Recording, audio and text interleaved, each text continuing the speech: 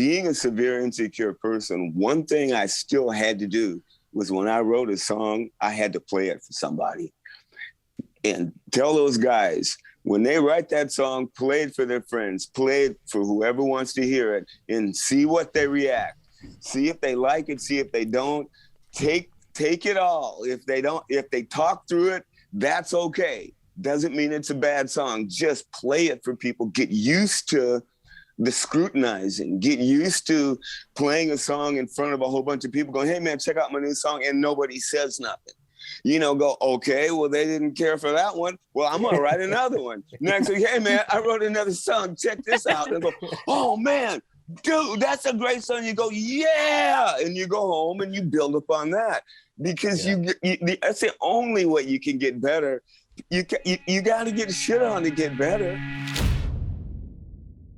Ladies and gentlemen, welcome to another episode of 2020. I'm Siobhán Cronin here, as always, with Benny Goodman and Cory Peza, welcoming this week an amazing, amazing guest, referred to us by our dear friend Shannon Larkin, the incredible dUg Pinnick of King's X, of his own solo projects, amazing philosopher, human. We had a great conversation with him. I'm so excited. Anyone who's ever been like, I'm too old to start this, fuck you. dUg says fuck you. Just get it done. He totally does. He is the perfect example of how music keeps you young and has some incredible stories to tell about it.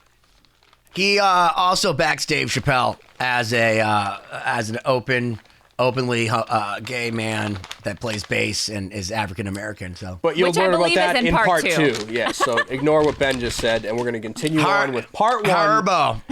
Part one. It's so good. With dUg Pinnick starting right now.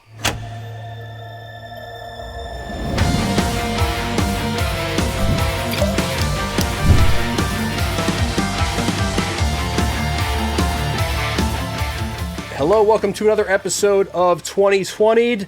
Super excited today to welcome the one and only dUg Pinnick of King's X. He's got a new solo record out right now, Joy Bomb, and also I heard a little bit about something called Grinder Blues that I'm excited to get into. dUg, thank you for joining us. How are you doing? No problem. Just hanging out, drinking, and smoking weed. Woo! Join the club. You're gonna Cheers. fit right in here. That's right. Here we go. This explains why you're such good friends with Shannon Larkin. It makes so much sense now. I love Shannon. Shannon is a very, very, very, very special friend of mine. I love him to death. How can you not love that guy? Yeah. Can I tell you something hilarious? dUg can attest to this. So sure. I had asked Shannon when I went down and played keyboards for the Apocalypse Blues revival, his blues band, hey man, you seem to know everybody. Can you get me a few people for the show? Like, that'd be really cool. And he's like, yeah, man, I wrote my buddy Dug a letter, and it was like 5-page soliloquy, dude. It wasn't an ask. It was literally like a diatribe. And I was like, man, if I haven't got any more guests, I'm going to feel really bad. But the funny thing is, he asked me, he goes, do you know who dUg Pinnick is? And at that very moment, I was literally framing my signed Naked CD. And you sent me this cool little JBL thing, and I put your little King's X. But I had this in my hand. And I was man. like, I just manifested dUg Pinnick for real. Hey. It's good to see those things. And, I send them out with all the love I have in my heart, man. And it means a lot to me that you got that. Yeah, well, we're so excited to have you, and I actually just recently listened to an episode you did with our friend Doc Coyle, who's been on our show before. He's a good friend of ours, so I feel like I've been hanging out with you for the past couple of days, just listening to other interviews. Yeah. We should give Doc a quick shout out. He just released the new Bad Wolves record, so if you guys want to check that out, it's very, you better believe it. Amazing. I'll check it out. It's amazing. So yeah, but I mean, Doc, everything Doc's done is amazing. I mean, right all the way back to God Forbid, and he writes about a bunch of stuff, and he's opinionated, and he's kind of like he's like a diplomat for the United States. Like, if I could have a representative for us, I would send him. Like, he's way more cultured than 99% of the politicians out there. 99.9. Absolutely. But yeah, in listening to your interview with him, you have such an amazing spirit. And like everyone here has said, it makes a lot of sense that you're friends with Shannon Larkin. Like very, very cool guy, it seems. And I'm really excited to hear about your story. And I guess I'll jump in. I'm kind of the one in the group that likes to ask about everyone's backgrounds, even outside of music. And you have a really interesting story. I mean, you've obviously lived a lot longer than us and experienced a lot of incredible cultural things and musical things and a lot of breakthroughs. And you had Cryogenic freezing. I just want to point that out. Like, Doug, how old are you? 71. That is insane. And you look amazing. Do you and Sammy Hagar and like Ray Kurzweil drink formaldehyde? Yeah. Like, what the fuck's wrong with you, man? Like, you go back to your video in like 1988, you look exactly the fucking same, but except with different hair. It's just different levels of hair. 88, I was 38. Oh my God. Amazing. That's exactly how old I am now. Wait, so Nuno Betancourt said he was a vampire. Is that something going out there in LA? I wonder because Nuno doesn't age either. Last time I saw him, it was like, whoa, dude. Yeah.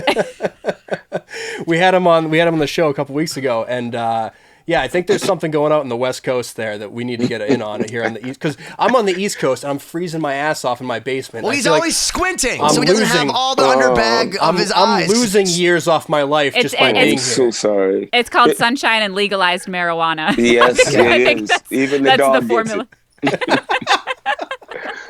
Yeah. But anyway, Wyatt, the dog that's on the front cover of the Grinder Blues album, he's like 13 years old and or 14, 15, something like that. He can barely get around, so we've been giving him edibles, Doggy Edibles. And he's just so happy laying around stoned.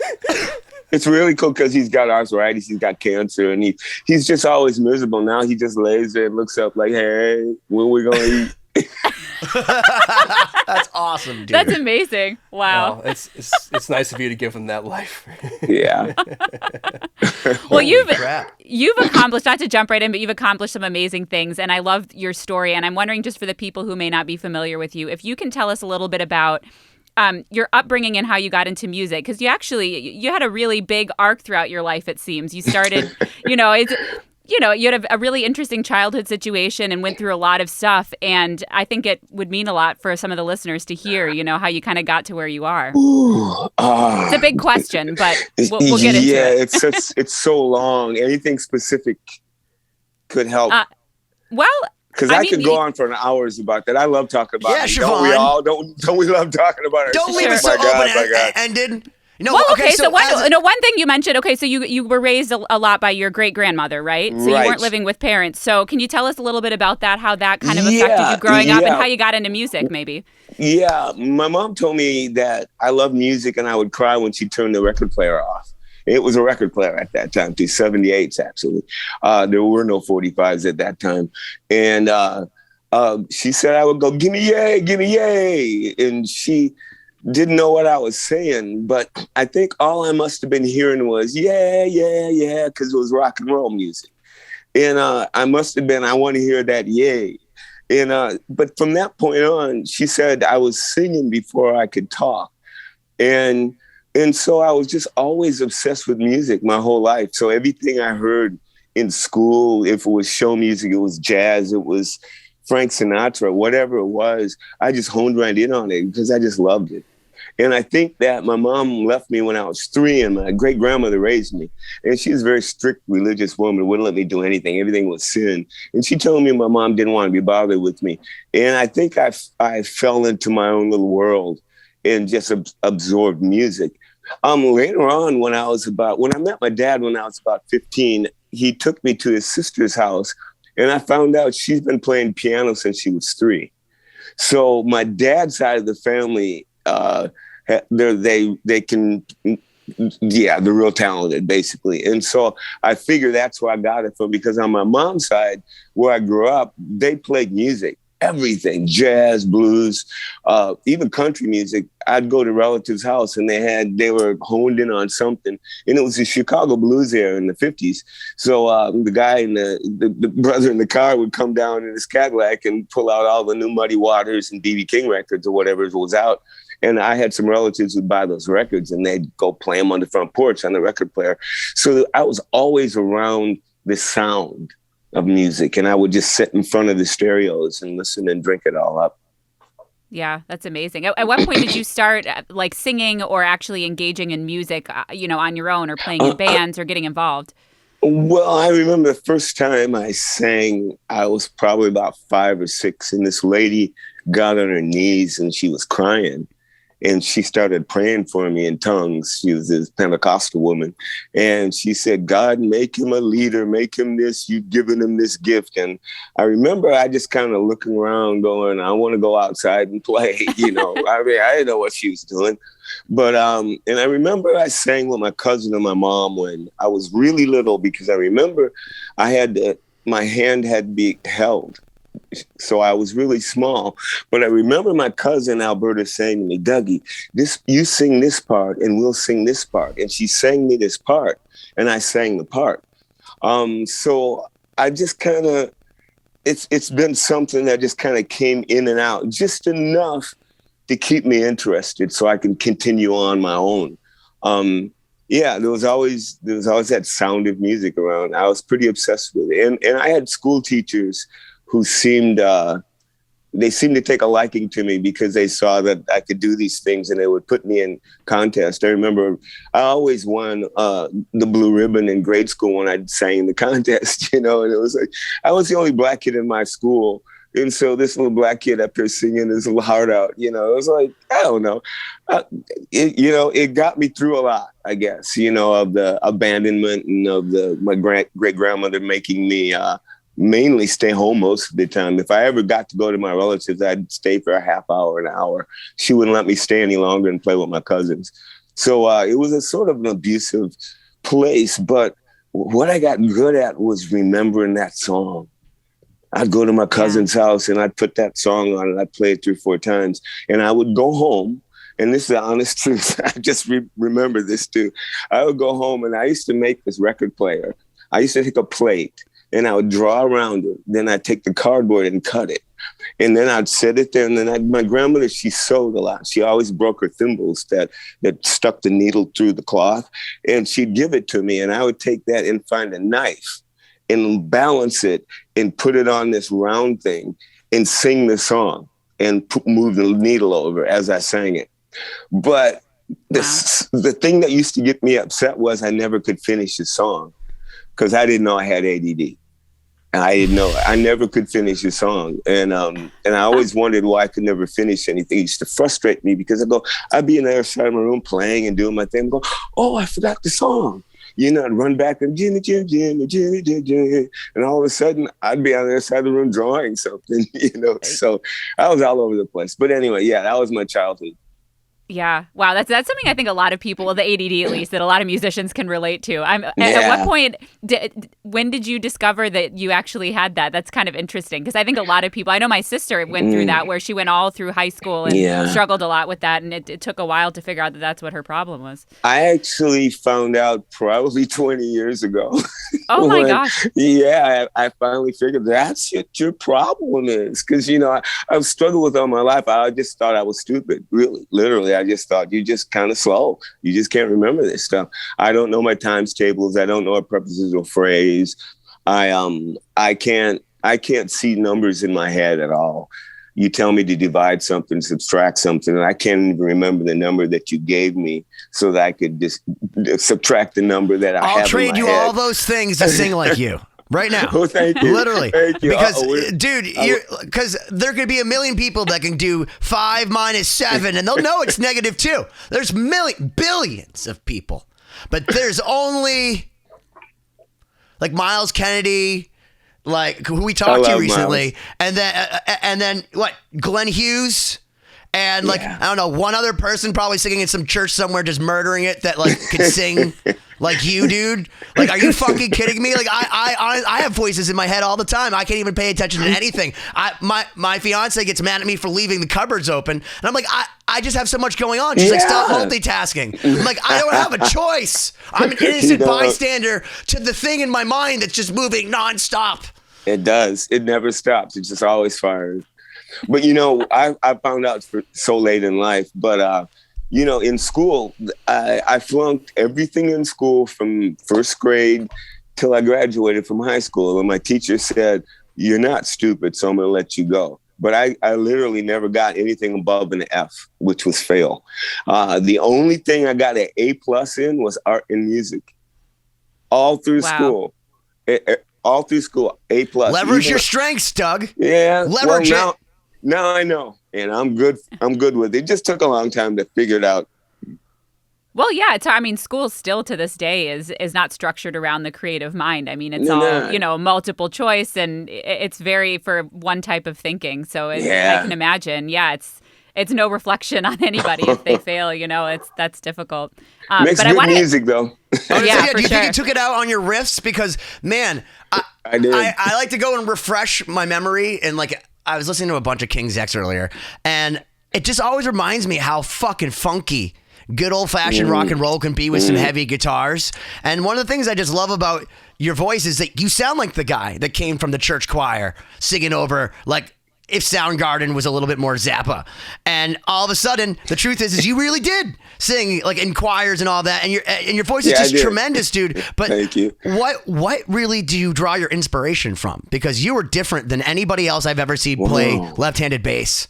Wow. There's a lot of influences. Chris Squire is my favorite bass player.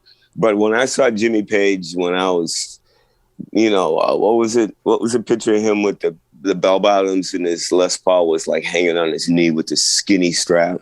I looked at that picture back in 71, I think it was, and I went, that is the coolest fucking thing I've ever seen in my life.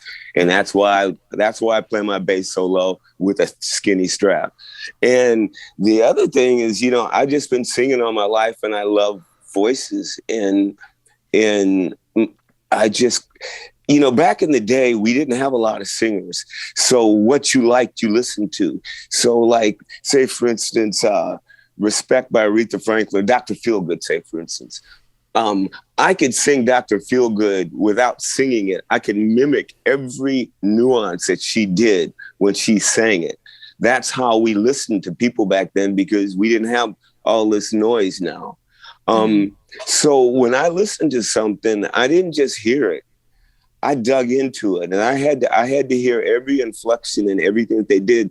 And the reason why is because going to a Black church and hearing people sing like this, there's certain inflections, there's certain words they said, there's certain notes that they would hit where it would strike a chord and that old lady would jump up and scream, or somebody'd sing a song, and by the time they got done wearing you out, half the church was out in the street shouting and screaming. I mean, literally, I lived amongst that kind of excited gospel stuff. When a person got up to sing, we had church. I mean, people were dancing, singing, and passing out. And it was all because this person was singing something. And they said it at the right time. They said the right words, hit the right notes. They went up at the right time. And there's an art in it. And it's been passed down generation in the Black church. Nowadays, white kids sing like that because it's all over the place. I mean, it's homogenized into what it is now. But when I was Boys to Men ruined it for everybody, man.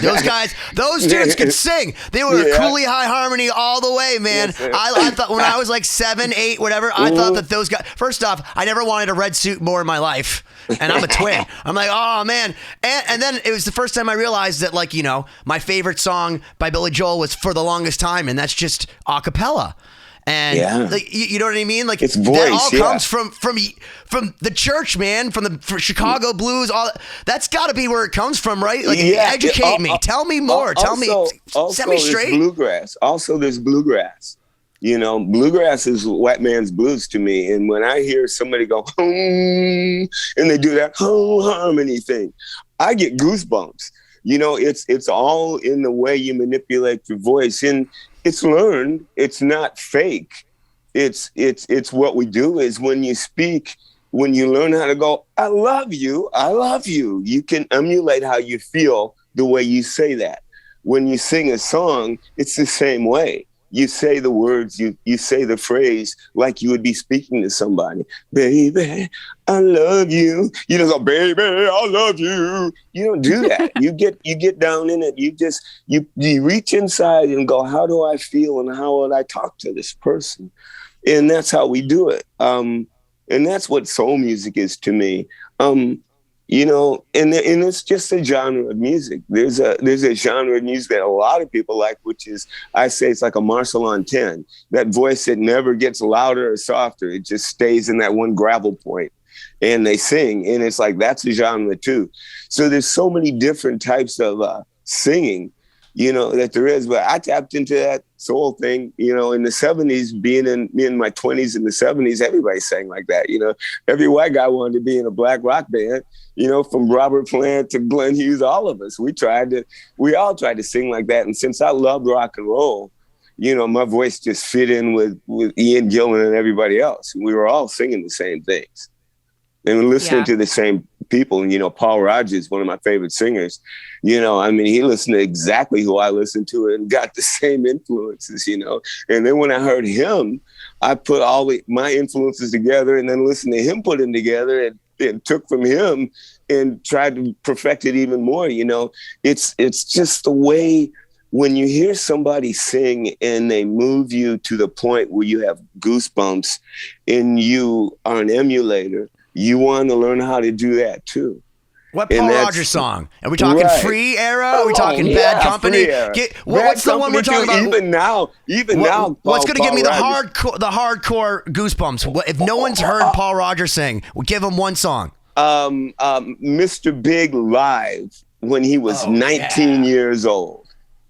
And when you hear him sing, you go, I remember we used to sit there, me and my cousin, and go, how does this white boy sing this good? Because we never heard a white boy sing like that back in 71. And we were sitting there going, where did he learn it? He's from England too. And we would just sit there. I remember my cousin brought that record over, we put it on, and our jaws in the ground. Because at that point, even Janis Joplin didn't sound black to us. You know, we were real picky about sounding black, and everybody wanted to sound black, but they didn't get that little thing. But Paul got it, and from that point on, it was over. The game was over, and we've been fighting ever since. That's so interesting. Well, yeah, you must have a very unique perspective because, you know, you were around growing up musically as Zeppelin came out, right? Like all these people that, you know, all of us look up to, but we weren't around when they were, you know, like breaking out. So what was that like? How were you discovering music? It was awesome. I saw Black Sabbath in 71 on the Masters Reality Tour in a little theater. I remember a wall of amps, and they were just like really dark. And I remember I loved the record, and I just kind of went home. You know, I'm going, wow, that was pretty cool. You know, and it was like, you just didn't realize what you were seeing. You just went, and you just felt like it was our music. It was our people. We had long hair. We were hippies. We were making this music, and we were all trying to make it together. I was in a band trying to do the same thing. I didn't have the goods that they had at that moment, you know. And Led Zeppelin, I remember my friend brought over Led Zeppelin 1 or 2, and I put it on, and I heard, and this is the first real rock record I had heard. And it went, dun, dun, dun, dun, dun, dun, dun, dun, and I sat there and going, wow, that sounds like Booker T and the MGs with no keyboards. And it's harder. And I honed right into it because I hear music differently. I hear it from what I've heard before. And what I want to hear is you reinterpret something that's moved me. Turn me up a little bit, twist it a little bit, take me in a different direction. And Led Zeppelin did that. They made it heavier. And then all of a sudden, Band of Gypsies pop up, and I'm going, whoa, because I'm going to Jimmy Hendrix, so he's okay, but he's really psychedelic. I wasn't getting into him at that moment. But when he did Band of Gypsies with Buddy Miles, which was the soul god at the time for me, they grooved that shit so hard with a heavy guitar. And I thought, this is what I want to do. I want to play this heavy soul music, as heavy as I can make it, you know, and I've been trying to do that ever since, actually. But that's where that all came from. The 70s was like a real stomping grounds for me. I didn't start playing bass till I was 23. And when I heard Roundabout, when I heard that bass tone, I thought, what the fuck is this? He didn't play like Jamie Jamerson from Motown that I was really into at the time. He could. But then he played all this complicated stuff and these double picking things. And all of a sudden, these two genres started to mesh. And Chris Squire could just go boom, boom, boom, boom, boom. And I'm going, whoa. And then he goes, and I'm going, wait a minute, I ain't never heard no bass player do that. And all of a sudden he just opened these doors up that said, you can groove, but you can put a twist on it and make it complicated. And when I went to college, I only lasted a month because I did it to dodge the draft because I was going to get drafted. I was 18 at the time.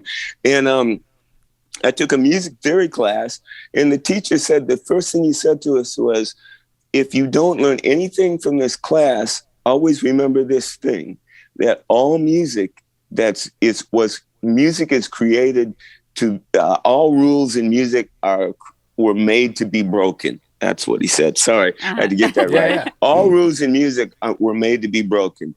And that's the biggest thing I took from him. And that's my philosophy, is anything that I make music, let me backtrack. Anytime I try to make music, I try to put a little twist on it just to do that because I can, and we should, because that's what inspires each other. Those little things that other bands have done or other musicians have done that inspired me, spawned me to do something that I've done that spawned someone to do something else, you know? Well, let me ask you this, because I saw the first time I actually got to see you live, like for real, you were doing the Hendrix Experience with Joe. This little unknown guitarist named Joe Satriani, and this little dude that sometimes plays drums named Kenny Arnoff. And first off, listen, man, you're a power trio guy, but can we say like holy fuck? Because Joe Satriani is like a power trio by himself. And then Kenny Arnoff, like that dude hits so hard, but makes it look so easy. It's obnoxious as he's smiling with the longest scarf, like 5 feet off the stage. And then you just walk on stage, play murderous bass, by the way, in front of Billy Cox. All right. And you sing so perfectly. What does it feel like growing up, like thinking maybe that guy's a little psychedelic, but now he's got it in Band of Gypsies, and then you're on stage, flash forward to Joe Satriani there, Kenny Arnoff behind you, and everyone that loves Hendrix in front of you, and you're educating them. Like, how do you feel now? It was surreal. It really was. Being with the guys that I learned how to play with, you know, Billy Cox loved my pedal and bought 2 of them. He told me he learned a few things from what I was doing up there on stage. And I told him, I said, I learned how to play from Band of Gypsies, you know. It's like, and then Taj Mahal says, dude, I come from a long family line of bass players. I'm a bass player. I'm not really a guitar player. He said that to me, and he says, and I hate picks. He said, but you use a pick, you badass. And I go, well, thanks. And then they start telling me all this history about bass. But I felt like the little kid who was the little brother I looked up to him. You know, it was so nice to be the younger guy and really be like, whoa, you know. And they told me stories, and I sat and listened to them instead of me telling stories, you know. And it was very surreal to get to know them, and the humility, the humbleness, and how easygoing they were. They taught me that yeah, this is where we're going when we get into our 70s and 80s. You know, life is easier. You know, you just kind of lighten up. Life ain't so hard. You know, man, they even taught me how to lighten up on myself. You know, it was just so cool. Well, Dave Mustaine lightened up a bunch. He took a wah pedal out for the first time on tour, and it made Blabbermouth front page news. That Dweezil Zappa was kind enough to be like, yo, man, maybe you should use a wah pedal. And that was front page metal news from that tour. When you three are like, yeah, poor Dave. So poor. No, because I just remember Dave was just feeling unsure about playing. He told us that he just felt like real insecure about playing the Hendrix stuff because he wasn't a real Hendrix shredder like everybody else was. And he hung out with us and John, and And we just tell man, get out there and do your thing, man. Do your. I love Megadeth, by the way. He's just not nice to me normally. Well, he's not. He's one of those people. You just got to get to know him. I never know if he's nice or not. I just got like that. This is who you are, and I'll just take it. Whatever you're giving me, I'm not gonna read between the lines and be insecure about it. I'm just gonna let you be you, because that's what you do with people who you don't understand, right? Yeah, sure. Well, so going back to, you talked a lot about some of your influences and people that inspired you. Going back to when you were young, how, you were going to concerts, but how were you like living with your great grandmother? Where were you listening to music or getting these records? Or you referenced some of your family. I'm just curious to hear. Yeah, I wasn't getting any records. I was just going to relatives' house and listening. And then I got real good at memorizing. That was the thing. I really listened really closely. And I'm a real tone fanatic, and I always would see a knob, a treble knob, and then there was a bass knob, and then there was a mid-range knob, and there was graphic equalizers. Through the years of being an EQ freak, even as a child, I was running up to the stereo and turning that treble up or the bass down, trying to make it sound like I thought it should sound. So I guess I just got real good at really listening quick, because I knew that you got to memorize this. When you're a kid, kids memorize things really quick anyway. But I went at home. The one thing at my grandmother's house that was cool was that she had these Pentecostal people come down to her house maybe once a month. And there was a husband and wife, and they had another guy, and he brought a Fender Stratocaster with a twin reverb and had a tremolo in the amp, and he played like pop staples. He just had the staple. If you ever heard of Staple Singers, they're like one of the first gospel bands, and he played like that. And they used to sing around, "Oh Lord, come on," and they just sit out in the front yard, and I would just sit there and listen. And I never thought about playing the guitar. I just remember the sound, how good it felt, and the only thing my grandmother would play in the house was Moody Bible Institute music, and which sounded like a funeral. It was so sad. I mean, I still cry when I hear it. And literally, it was funeral music. And my aunt used to come over every now with a record player and bring her Mahalia Jackson record over. I'm gonna move on up a little higher. And I would just listen to that and listen to her sing. Because Mahalia Jackson was the first gospel singer that ever made a record in the Black community. So that's all we heard back in the day. It was on Apollo Records, this little green label, this record. And I loved records too. If the record spun, I'd put that needle on it. I would sit there and go, how does that make that noise? How does that do that? Do you think, because you said you're ADD earlier, like I am, do you think that that's what actually slowed down your brain? Because it sounds to me like, because you say you memorize things, and we find a lot of the people, I mean, look, man, you're a huge influence on me, so you clearly understand music. Do you think that whatever happened with music, the way it made you feel, slowed your brain down enough that you're able to memorize things and actually internalize them, where normally you feel like you're slow? But like with music, it seems like you're light years beyond me and everyone. Well, I'm older too. How do slow down brain. It's called. I had a whole bunch of things I was going to say. Speaking of which, yeah, what? No, Ben likes to ask these massive questions that I know, and I had all the answers, but when he said the last thing, I forgot what the first one was. Does music slow your brain down to be able to make your own music? Yes, what music does is it slows my brain down because timing. As soon as I hear that click, click, click, click, I feel my body slow down, and all of a sudden, you're like calibrated, yeah. Yes, and everything starts to make sense. And my hand starts to strum right.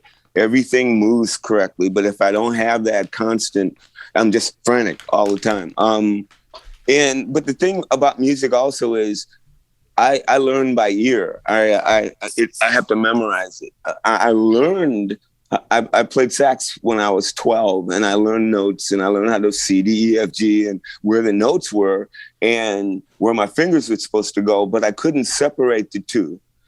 I needed to either learn where the notes were in my head and make my own stuff up, or look at the notes and read them. And it was very confusing to me. And I didn't like reading the notes. It was too confining. So I ended up stopped playing saxophone because I really didn't know that you could really sit there and go, because nobody told me.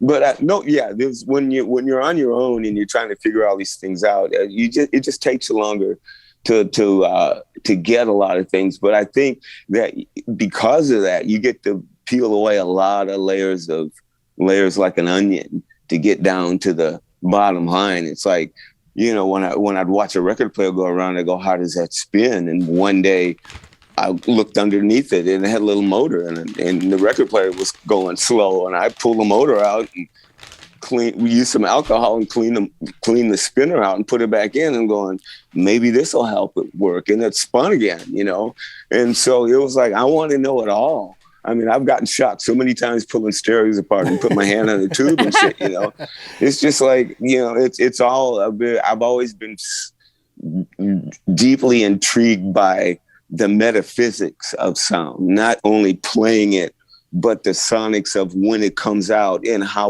what it does to you and how it moves you. And, the Bible says, let there be light, and there was light. I do believe that there's somehow we can numerically or verbally do things, create things, and, if sonic energy, you can blow walls down with it. You can manipulate people, to feel better, so it's an amazing thing. It's a very empathic, empowering thing, I'd say. Yeah, it's powerful that you have the perspective of not only creating the music, but also the sonic and the technical aspect of it. And I heard in another interview you talking about your most recent solo record. And did you do the production and mixing on that? Yeah, I did everything on that record. So that's an incredible undertaking, just from being able to take the music and create the music, but also package it in a way for people to hear it in the way you want them to hear it. Can you talk a little bit about that? It was a lot of fun making that record because being home for 2 years and not going anywhere, I got to finally learn my studio, my Pro Tools and all that. Cause I've been writing music since I was 18, and I just write. And then a 4-track came along and oh my God. And the drum machine comes along. Oh, you just keep on building and working until you get Pro Tools, and then all of a sudden you got Superior drums and you got plugins and there's no stopping. I remember a friend of mine, I played him the song that I had written with Superior drums the first time I got him, and he texted me back and said, okay, Doug, there's no stopping you now. And I go, whoa, cool. And it was very encouraging. Here's the way I look at it. To make a long story short, if you've been writing songs since you were 18 and it's been 50 years or 60 years, you just got to get better at what you do. It might be AC/DC and it's the same song over and over again, but when you see AC/DC live, you get goosebumps hearing them do that same song over and over again. And it's all about doing what you do and keep doing it. A lot of people think that by the time you're 25 years old and you didn't make it, it's over. Well, we didn't get a record deal till I was 38. And now I'm 70 and I'm still making music. And like one time about 30 years ago or 20 years ago, Yoko Ono, who was 70 at the time, had a hit record. And they said, Yoko Ono at 70 years old has a hit record. And I'm thinking, whoa, we can keep doing this. Wait, you're more surprised we can make versus Yoko Ono? I feel like Yoko Ono is more surprising. But I'm still thinking though, I'm going, well, okay, I can keep making music. We can keep going. You don't ever have to stop.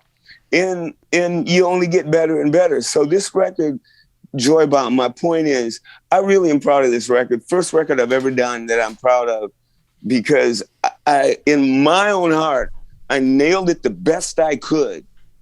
Next record, I got some more ideas, because I gotta, it still lacks in my mind things. But on this record, I play it and I go, I ain't got no complaints for once. On all the goddamn records I've made in my whole life. I mean, and I've made a lot of records. This is one record where I don't walk away going, oh my God. That's incredible. That's incredible.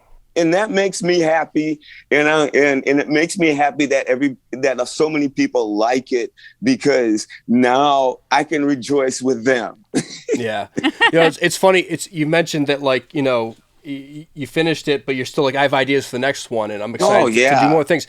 And one of the things that I run into with clients working in my studio, and I'm sure Ben, has the same thing, is a lot of people. And these are young guys. Like, I work with people much younger than myself that are doing their first recordings, and they are so terrified to put out one song because it's not perfect. And they'll record it, they'll go through the whole process, and then decide that, oh, you know what, I'm not actually that good, I'm not going to release this. And it's like, dude, put it out, and then use that as motivation to do the next one better, instead of hiding your creations away. And I'm going to show them this episode of this podcast. Please do. Because the what you're saying is that, like, you've been doing this for so long, and it doesn't stop. You're always going to try to do better, and that's why you keep creating this amazing music. Decade after decade. That's amazing. It's an amazing lesson. Here's one thing that I used to always do, because being a severe insecure person, one thing I still had to do was, when I wrote a song, I had to play it for somebody. And tell those guys, when they write that song, play it for their friends, play it for whoever wants to hear it, and see what they react. See if they like it, see if they don't. Take it all. If they talk through it, that's okay. Doesn't mean it's a bad song. Just play it for people. Get used to the scrutinizing. Get used to playing a song in front of a whole bunch of people going, hey man, check out my new song, and nobody says nothing. Go, okay, well, they didn't care for that one. Well, I'm going to write another one. Next week, hey, man, I wrote another song. Check this out. And go, oh, man, dude, that's a great song. You go, yeah. And you go home and you build upon that, because that's the only way you can get better. You got to get shit on to get better. Hey, you're a fucking idiot if you think that you're going to put a couple songs out and everybody's going to like it. And you're a goddamn fool if you think everybody's going to like anything that you do 100%. So do what you do and enjoy what you do. It's a journey. You will keep going and going and going. And you look back and go, wow, look at all that, what happened. It's so funny you say that. It's amazing, man. Journey. It's a fucking journey. Yeah, it's so funny you say that, because the guy that actually helps edit the show, he's like an intern for us, and he's an incredible guitarist. In fact, he came up to me when I was DJing a private party, and he was like, "Yo, man, like, can I do like what you do?" And then like one day I called him, and he's like, "All right, I'll come down." And I said to him, like, I'll help you with music. So I help him write 2 songs, and he's all excited. He's like, I know people now. I've done this. I've done that. He puts the songs out, gets all excited. He's like, so what's next, man? I'm like, what's next about what? He's like, but I put out these 2 songs. And I'm like, yeah. Put out some like, more. But they're awesome. And I'm like, 2 more. Yeah. Like, my mom thought they were awesome, I'm sure, because she listens to everything that I've helped with. But like, who cares? And that's the thing you have to learn, just like what you're saying, is that if you play to nobody, like if there's the thing with Instagram and Facebook is you could be in your bedroom just filming something and editing it together, but there's something about being in front of actual people playing actual music and doing it for real that you can't have somebody who just sat in front of YouTube and can play like Eddie Van Halen sound like Eddie Van Halen despite being able to play immaculately. And that's the difference. And if you're making music for people to like, then you're in the wrong business. Yeah. I mean, period. I mean, if you're not writing the music because you love it and you love it so much you want people to hear it, and you're willing to let them hear it and decide if they like it or not. If you can't do that, you're wasting your fucking time. Yeah, absolutely. Well, this is something we talk with a lot of our guests about, is the idea of, evolving even over the course of your career, and how you have to continue to always do what feels best for you without being so caught up in what people are going to like, even the fans that you've built over time, Right. And always learn and always be open.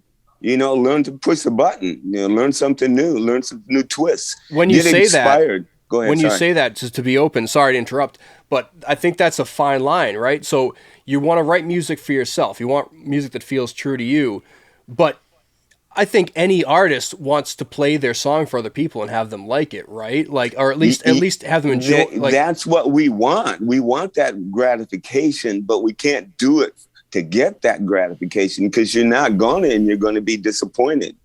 But the gratification you get, go, thank you, and keep on going and keep on perfecting you. And if the next person says, I'm not into it, I don't get it, go, okay, well, some people like a lot of salt in their tequila and some don't. It's like, am I supposed to react to that? It's like, that's life. And I play in a band that never sold millions of records, and we're called a fine wine. It's like people that love us fucking love us, and I'm so glad. And the rest of them could care less. It's not that they don't like us. We don't have any real haters. They just they just didn't get it, which is a kiss of death. But we got those people that love that fine wine, and we'll make that fine wine for them. And they love it because we squash that wine the way we squash it, and they like the way we give it to them. Yeah. So you got to find your people, and that takes time. Siobhán's like, Instagram or whatever you want to do it. It takes time. It takes years. It takes years and years and years. Our first manager in King's X told us, he said, doesn't matter what you do. You can find a bunch of people that will like what you do and make a living at it. Always know that. You can do that. There's enough people out here in the world that will pay you for something that you're doing because they like it. So you just got to hone in on it and then put it out there and deal with the bullshit until you make it. Yeah. Along those lines, you mentioned earlier that you didn't get a record deal until you were, 38 or in your mid-late 30s. Can you talk about that? Because I think that's another thing that people come up against is thinking something has to happen by a certain time. And if it doesn't, I'm going to give up and go in another direction. So maybe you can give us some insight. I always thought, from the time I was 18, that whatever band I was in was going to get that record deal. We're going to be big rock stars, and it just never happened. But I just didn't give up. I think because that wasn't the reason why I was doing this, even though I didn't know it at the time.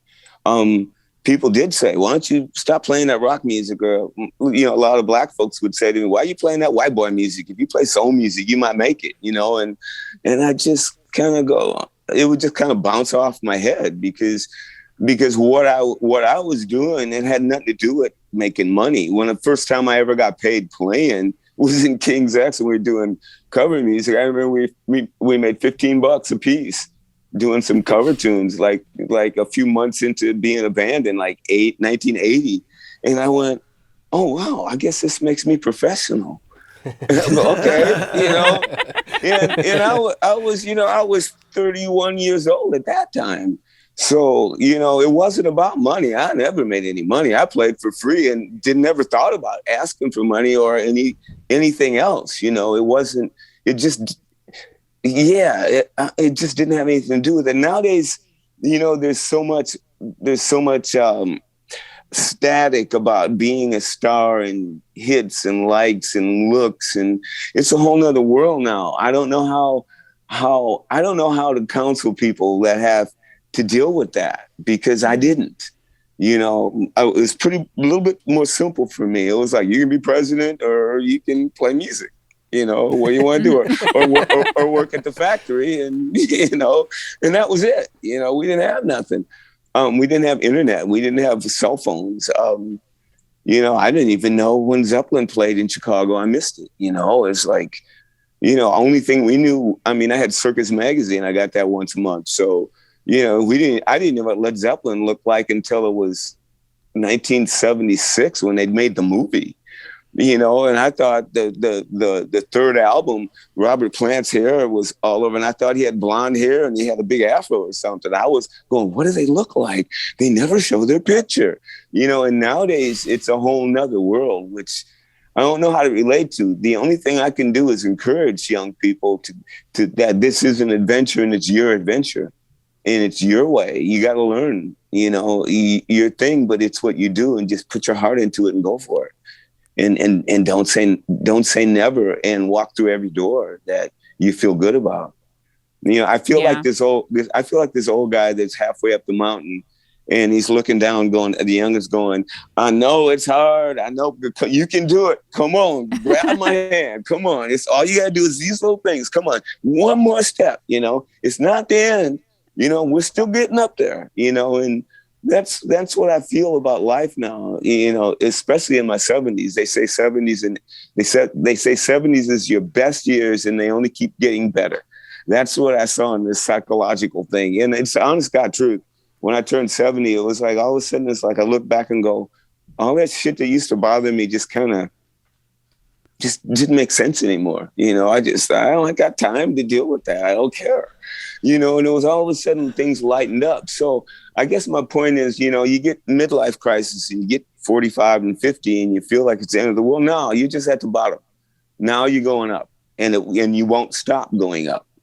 In your 60s, will get better. When you get to 70, all of a sudden you go, whoa, I don't give a fuck no more. Let's go, And I can't, what happens when I get 80? I have an aunt who's 103. And it's like, Aunt Martha, it's just like, how you doing? She says, I'm doing fine. Okay, well, I'll talk to you again. She says, well, I don't know if I'll wake up tomorrow, but if I do, I'll see you. we crack up laughing, It's like, it's a beautiful thing to celebrate life. That's what it's all about. Celebrate your life. It goes too quick. It goes way too quick. I woke up one day and go, oh my God. It's like, I'm here. I'm old. I can't say I am getting Social Security. I'm a senior fucking citizen. It's like, I'm going, God, but don't get me wrong, because I love it. And I'm going to keep making music because now I think I got a handle on who I am, what I'm doing, and what I feel like I just graduated college, the college of life. And now it's time to go out and kind of put down all the shit that I'm learning, Well, I think you're living proof that music keeps you young. Can I tell you, if I worked at McDonald's and you wanted the cheaper coffee because you said that you were a senior citizen, I would card you. Like, sir, I'd be like, yes, yo, bro. I'm going to need some proof. Yo, bro, you're no way. You can't even be pushing 50, dude. Like, nah, bro. Like, that ain't it. So, but if you do, get me a coffee at the senior citizen price at McDonald's when you're in there, please. Okay.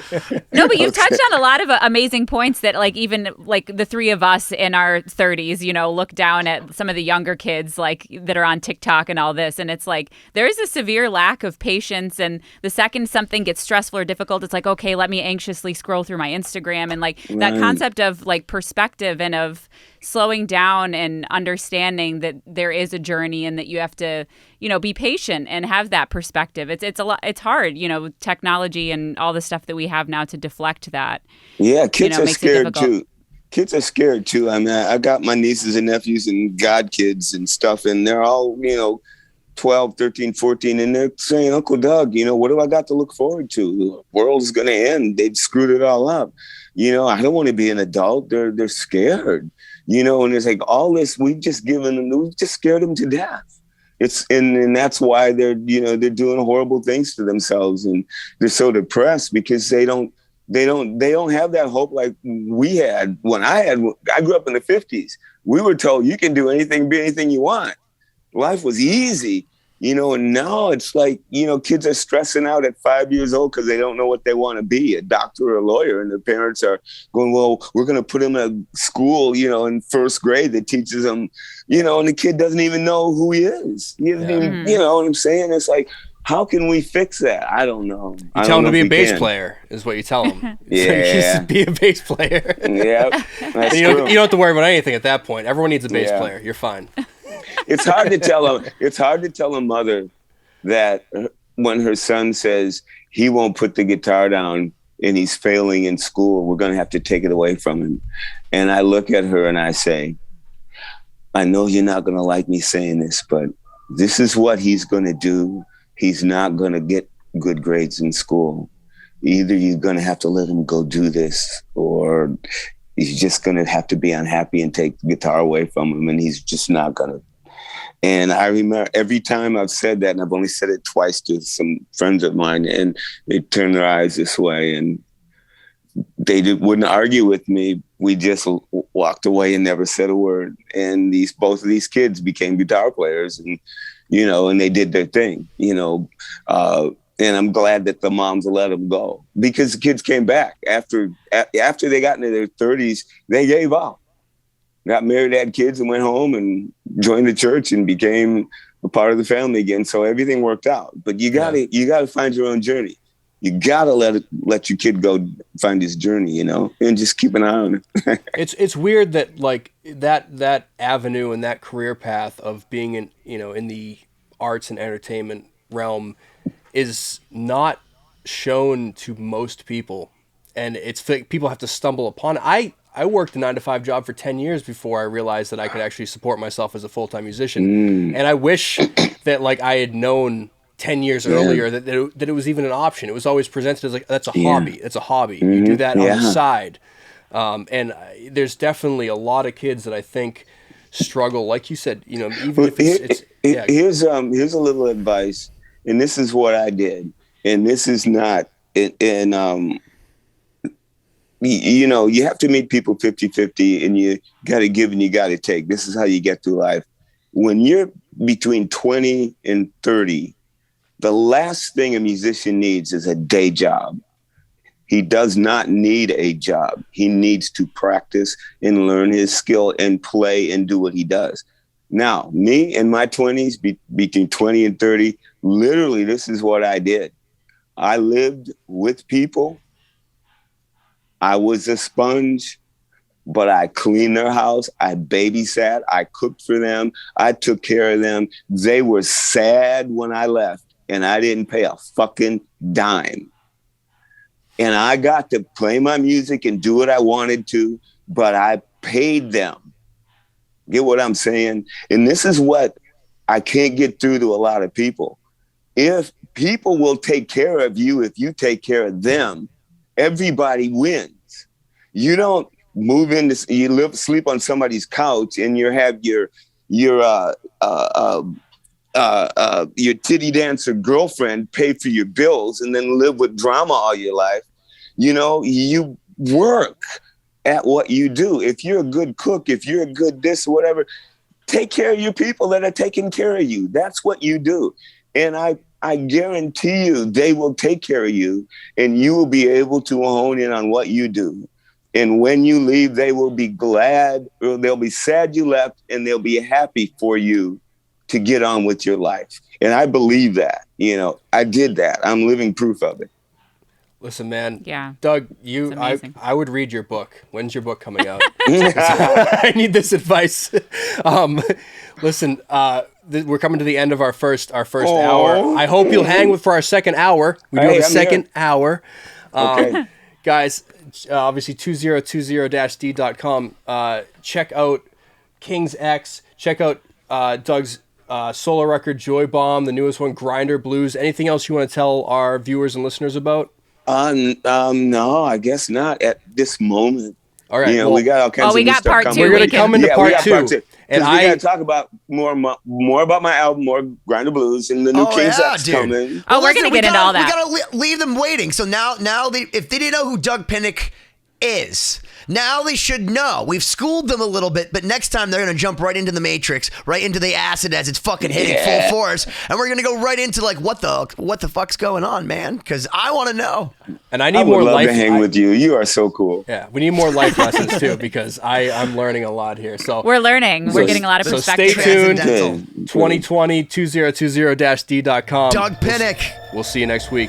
It was so not my bag. The first time I talked into a microphone was accepting the 1993 Band of the Year and Album of the Year AMAs. Wow. By myself, uncoached by my so-called integral manager, by the way. Just left me hanging. It was horrible, but fantastic. Awesome. Were you tripping? No, I was stoned out of my mind.